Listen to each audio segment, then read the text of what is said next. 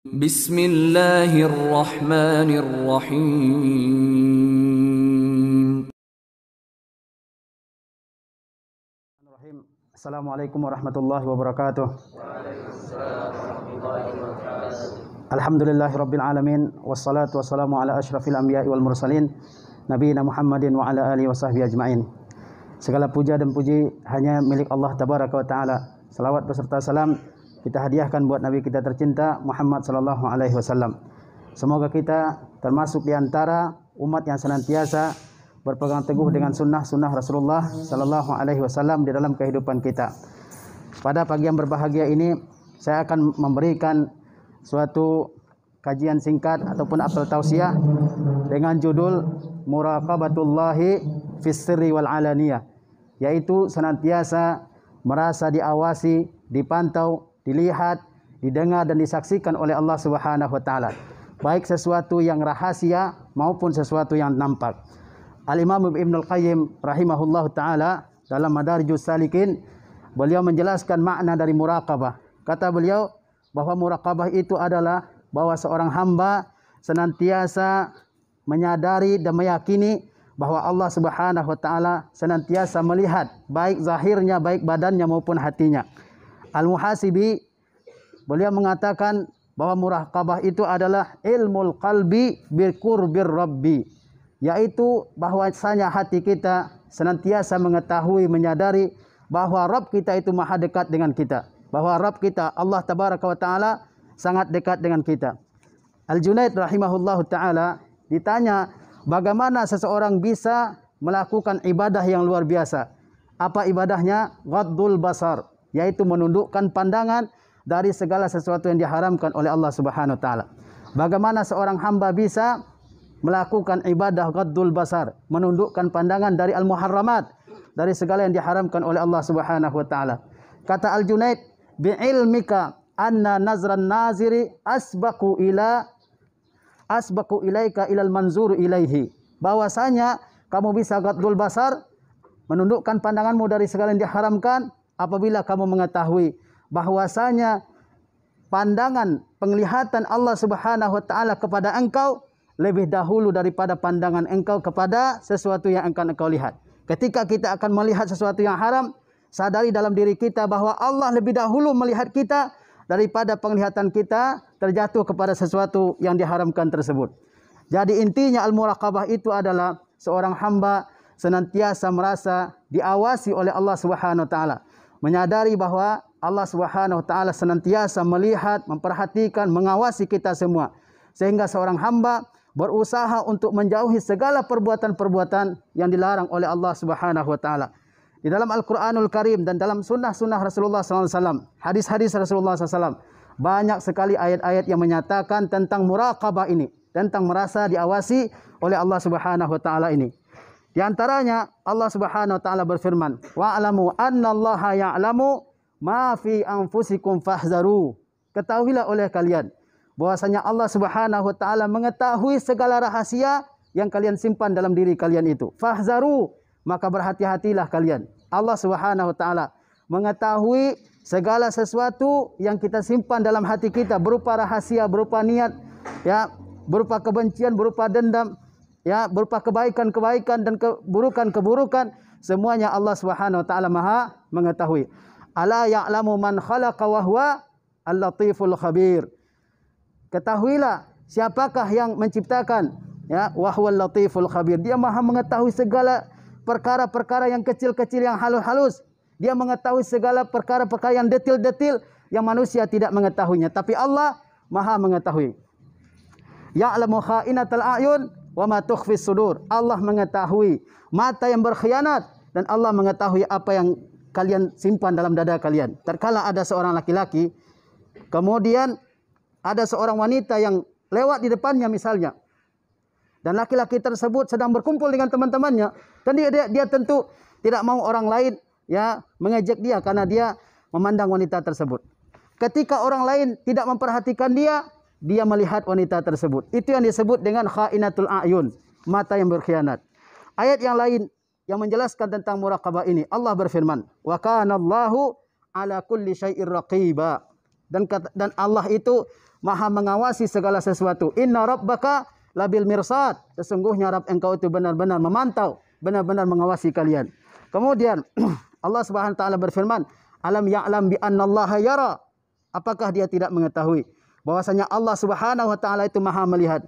Allazi yaraka hina taqum wa taqallubaka fis sajidin. Allah melihat engkau ketika bangun dan Allah melihat engkau ketika engkau sujud dan rukuk bersama dengan orang-orang yang sujud. Allah Subhanahu wa taala Maha mengetahui. Allah Subhanahu wa taala Maha menyaksikan kita semua.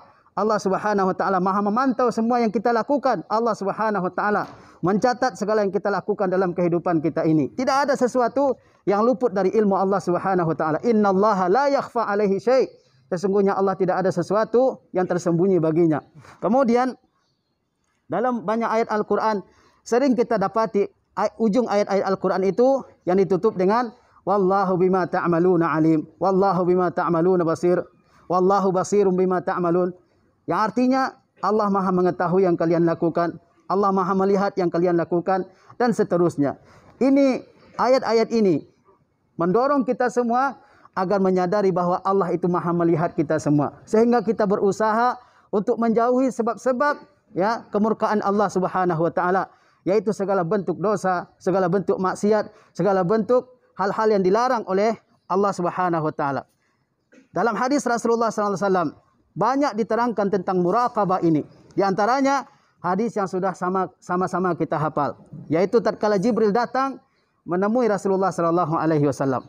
Kemudian beliau bertanya tentang rukun apa? Rukun Islam. Kemudian bertanya tentang rukun-rukun iman, dan dijawab semua pertanyaannya oleh Rasulullah SAW. Kemudian Jibril bertanya tentang al-ihsan. Apa kata Rasulullah tentang ihsan itu? Anta'budallah ka'annaka tarahu, fa illam takun tarahu fa innahu yarak.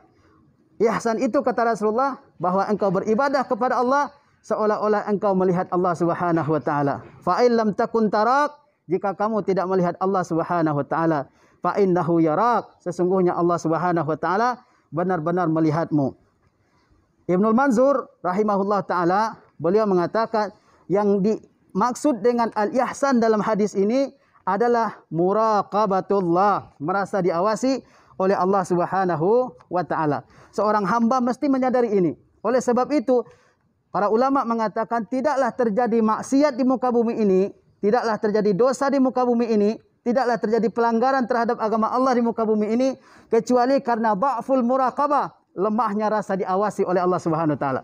Kita umpamanya dalam kehidupan kita sehari-hari ini, ada orang yang mengawasi kita. Ada CCTV di mana-mana yang mengawasi kita. Mau enggak melakukan maksiat? Mau enggak melakukan pelanggaran? Mau enggak melakukan sesuatu yang dilarang? Tentu tidak mau. Kita khawatir ada orang yang melihat. Kita akan malu ketika orang menegur kita melakukan pelanggaran. Itu muraqabah, pengawasan dari manusia. Bagaimana dengan pengawasan dari Allah Subhanahu wa taala yang mengetahui sampai isi hati kita yang tidak ada seorang pun yang mengetahui. Hanya Allah Subhanahu wa taala yang mengetahui. Maka semakin kuat rasa diawasi oleh Allah Subhanahu wa taala dalam diri seseorang, dia tidak akan melakukan maksiat. Tetapi semakin lemah rasa diawasi oleh Allah Subhanahu wa taala, maka dia akan mudah untuk melakukan maksiat. Sadarilah oleh diri kita semua bahwa Allah yang maha mengetahui, Allah yang maha alim, Allah yang maha khabir, Allah yang latif, Allah maha melihat kita semua ini. Allah tidak pernah luput dari mengawasi hambanya. Inna rabbaka labil mirsad. Kemudian banyak keutamaan-keutamaan yang akan diperoleh oleh seseorang yang senantiasa merasa diawasi oleh Allah Subhanahu wa taala. Pertama, orang yang senantiasa merasa diawasi oleh Allah Subhanahu wa taala, maka dia akan memperoleh keridaan dari Allah Subhanahu wa taala. Allah Subhanahu wa taala berfirman, radhiyallahu anhum wa radu'an. Zalika liman khasyya rabbah. Allah ridha terhadap mereka, terhadap perbuatan dan amal ibadah mereka selama mereka di dunia, dan mereka rela menerima segala ganjaran dan pahala yang diberikan oleh Allah Subhanahu wa taala. Zalika liman khasyya rabbah. Yang demikian itu keridaan Allah Subhanahu wa taala tersebut diperoleh orang-orang yang takut kepada Allah Subhanahu wa taala. Para ulama mengatakan yang dimaksud dengan khasyatullah dalam ayat ini adalah muraqabatullah. Yang dimaksud dengan takut kepada Allah dalam ayat ini adalah senantiasa merasa diawasi oleh Allah Subhanahu wa taala. Kemudian orang yang muraqabatullah, yang merasa diawasi oleh Allah Subhanahu wa taala, dia akan mendapatkan naungan dari Allah Subhanahu wa taala pada hari kiamat. Di mana tidak ada naungan apapun pada hari kiamat kecuali naungan yang diuntukkan, yang diperuntukkan oleh Allah Subhanahu wa taala bagi hamba-hamba tertentu yang selama di dunia melakukan ibadah-ibadah yang luar biasa. Sab'atun yuzilluhumullah yauma la zilla illa zilluh. Ada 7 golongan orang yang akan dinaungi oleh Allah Subhanahu wa taala pada hari kiamat. Pada hari tidak ada naungan apapun kecuali naungan dari Allah Subhanahu wa taala. Di antara yang 7 itu adalah seorang laki-laki yang diajak berbuat maksiat oleh seorang wanita, kemudian dia mengatakan, "Inni akhafullah." Sesungguhnya saya benar-benar takut kepada Allah Subhanahu wa taala. Segala sebab-sebab melakukan maksiat terbuka di hadapannya. Tidak ada orang yang melihat, tidak ada orang yang mengetahui, tempatnya sepi. Kemudian yang menginginkan melakukan maksiat adalah perempuan tersebut. Tetapi laki-laki itu mengatakan apa? Inni akhafullah. Sesungguhnya aku takut kepada Allah Subhanahu wa taala yang Maha melihat kita, yang Maha menyaksikan kita semua, yang Maha mengawasi kita semua. Orang yang seperti itu mendapatkan ganjaran yang luar biasa, yaitu pada hari kiamat Allah Subhanahu wa taala akan menaunginya dari matahari yang sangat dekat jaraknya dengan seorang hamba pada hari kiamat. Kemudian orang yang senantiasa melakukan muraqabah, menyadari adanya muraqabatullah, pengawasan dari Allah, maka kehidupannya akan lurus. Seperti kita, kalau ada orang yang memantau kita setiap saat, kita berusaha untuk tetap di atas jalan yang lurus, tidak mau belok, tidak mau menyimpang, ya, karena ada yang mengawasi. Begitu juga dengan seorang hamba yang dia merasa diawasi oleh Allah Subhanahu wa taala, dia akan berusaha istiqamah lurus di atas jalan kebenaran ini. Dan itulah yang selalu kita minta kepada Allah dalam salat kita, minimal 17 kali dalam sehari semalam. Kalau kita hanya mengerjakan salat wajib, yaitu ihdinas siratal mustaqim, tunjukilah kami oleh Engkau wahai Rabb kami jalan yang lurus. Orang yang muraqabah dia akan senantiasa lurus di atas agama ini. Dia tidak mau berbelok, dia tidak mau melakukan maksiat, dia tidak mau melakukan pelanggaran-pelanggaran terhadap ini, agama kita ini. Kemudian ganjaran terhadap orang yang muraqabah adalah dia akan masuk ke surga dan selamat dari neraka. Al-fauzu bil jannati wan najatu minan nar. Dia akan mendapatkan keberuntungan yang besar, yaitu masuk surga. Wan najatu minan nar, dan dia akan selamat dari api neraka. Junaid rahimahullah, beliau ditanya, "Wahai imam, bagaimana seorang hamba bisa masuk ke surga?" Apa kata Junaid? Yang pertama, seorang hamba masuk surga itu dengan sungguh-sungguhnya dia beribadah kepada Allah Subhanahu wa taala. Yang kedua, dia merasa diawasi oleh Allah Subhanahu wa taala sehingga dia tidak mau melakukan maksiat. Kemudian dia bersiap-siap untuk menunggu sesuatu yang pasti datang, yaitu kematian. Semua kita akan mati dan semua kita akan dibangkitkan dan dipertemukan dengan Allah Tabaraka wa taala. Wa man lam yamut bihaddis sayfi mata bighairihi ta'addadatil asbabu wal mautu wahidu. Siapa yang tidak mati karena tebasan pedang, dia akan mati dengan sebab yang lain. Mati itu bermacam-macam sebabnya, sementara kematian itu hanya satu. Kullu nafsin za'iqatul maut. Setiap orang akan merasakan kematian. Kemudian kata beliau lagi, istiqamah. Konsisten dengan apa yang telah kita iman dan kita yakini. Tidak boleh ditawar-tawar lagi. Seterusnya adalah muhasabah. Memeriksa diri kita sendiri. Apakah ada kebaikan-kebaikan yang saya lakukan? Kemudian berusaha untuk mempertahankan dan menambahnya. Apakah ada dosa-dosa yang saya lakukan? Kemudian saya berusaha untuk menghentikannya dan menggantikannya dengan amal-amal yang soleh.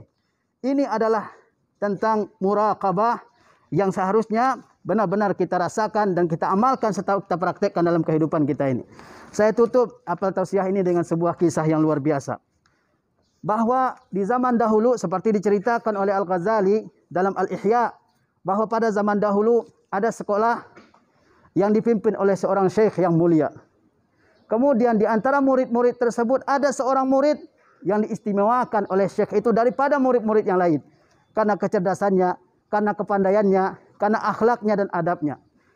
Dan murid-murid lain bertanya kepada syekh tersebut, "Wahai syekh, kenapa murid yang satu ini engkau lebihkan daripada kami?" Kata syekhnya, "Kalian semua akan mengetahui kenapa saya sampai melebihkan dia, mengistimewakan dia dari kalian semua." Maka syekh tersebut memanggil semua muridnya, mengumpulkan semua muridnya, kemudian memberikan masing-masing muridnya satu bilah pisau.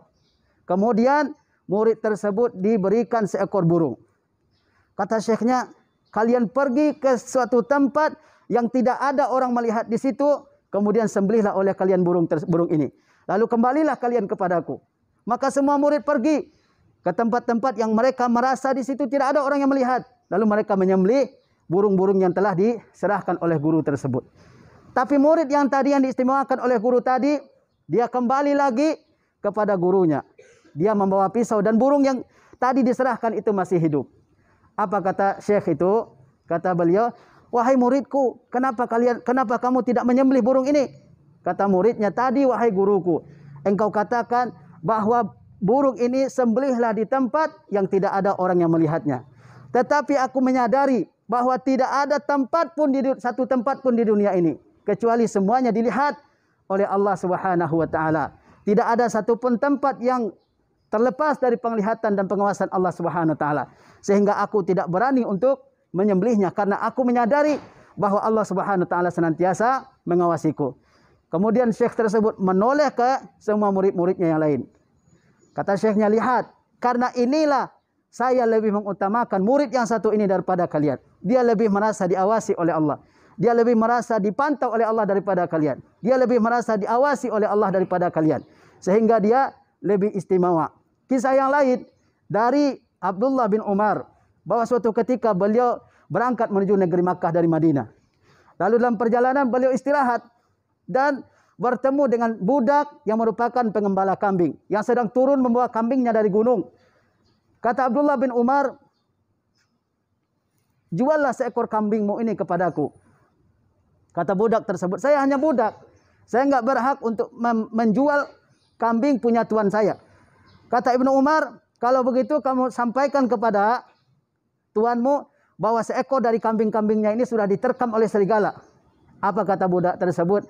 Fa'ainallah, di mana Allah yang Maha melihat. Saya bisa berbohong kepada tuan saya bisa berdusta kepadanya, saya bisa berdusta, ya berbohong, membuat cerita, mengarang cerita sehingga dia percaya kepada saya. Tetapi di mana Allah Subhanahu wa taala yang Maha melihat kita, yang Maha memantau kita, yang Maha mengawasi kita semua. Fa'ainallah, di mana Allah Subhanahu wa taala. Lalu Ibnu Umar ya kagum dengan ucapan budak tersebut. Ternyata dia seorang budak yang benar-benar mukmin beriman kepada Allah Subhanahu wa taala. Lalu Ibnu Umar datang menemui tuan dari budak tersebut, kemudian memerdekakannya, membelinya dari tuannya dan memerdekakannya. Kata Ibnu Umar, dia merdeka di dunia karena ucapannya yang begitu mengagumkan. Semoga Allah Subhanahu wa taala memerdekakannya dari neraka pada hari akhirat kelak. Kita semua dalam kehidupan kita ini ada dua dorongan dalam diri kita semua. Ada dorongan untuk melakukan kebaikan-kebaikan, pahala-pahala, ibadah dan ketaatan kepada Allah Subhanahu wa taala. Dan ada dorongan untuk melakukan maksiat. Dorongan untuk melakukan ketaatan berasal dari dalam diri kita sendiri. Tetapi dorongan untuk melakukan maksiat berasal dari setan, dari iblis, dari teman-teman yang buruk, qurana usuk. Maka senantiasalah kita berjuang untuk meninggalkan segala keburukan-keburukan tersebut. Dan senantiasalah hendaknya kita senantiasa merasa diawasi oleh Allah Subhanahu wa taala. Seorang tabi'in mengatakan, afdalut ta'at muraqabatullah ala dawamil awqat. Ketaatan yang paling utama itu adalah merasa diawasi oleh Allah Subhanahu wa taala sepanjang waktu kehidupan kita ini. Insyaallah kalau kita senantiasa merasa diawasi oleh Allah Subhanahu wa taala, segala dosa, segala maksiat yang tersembunyi sekalipun kita akan menjauhinya. Wassallallahu ala nabiyyina Muhammad wa ala alihi wa sahbihi wasallam. Wassalamualaikum warahmatullahi wabarakatuh. Alhamdulillah.